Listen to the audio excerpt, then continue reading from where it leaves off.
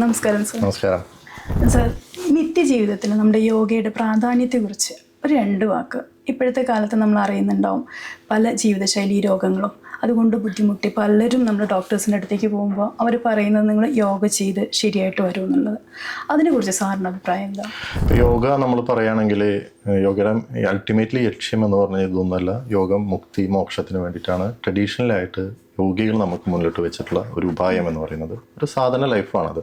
പക്ഷേ ഇന്നത്തെ കാലഘട്ടത്തിൽ യോഗ പ്രാധാന്യം ഉണ്ടാകുന്നത് എന്താണെന്ന് വെച്ചാൽ ഫിസിക്കലി, മെൻ്റലി, ഇൻ്റലക്ച്വലി നമുക്ക് ഒരുപാട് മാറ്റം യോഗയിലൂടെ കിട്ടും. അത് ശാരീരികവും മാനസികമായും വൈകാരികമായ തലത്തിൽ നമുക്ക് ചിന്തിച്ചറിയാം. നമുക്ക് എല്ലാ അസുഖങ്ങളുടെയും മൂല കാരണം എന്ന് പറയുന്നത് 70% കാരണമാവുന്നത് നമ്മുടെ മനസ്സാണ്. യോഗ ലക്ഷ്യം വയ്ക്കുന്നത് മനസ്സിൻ്റെ ട്രാൻസ്ഫോർമേഷനാണ്.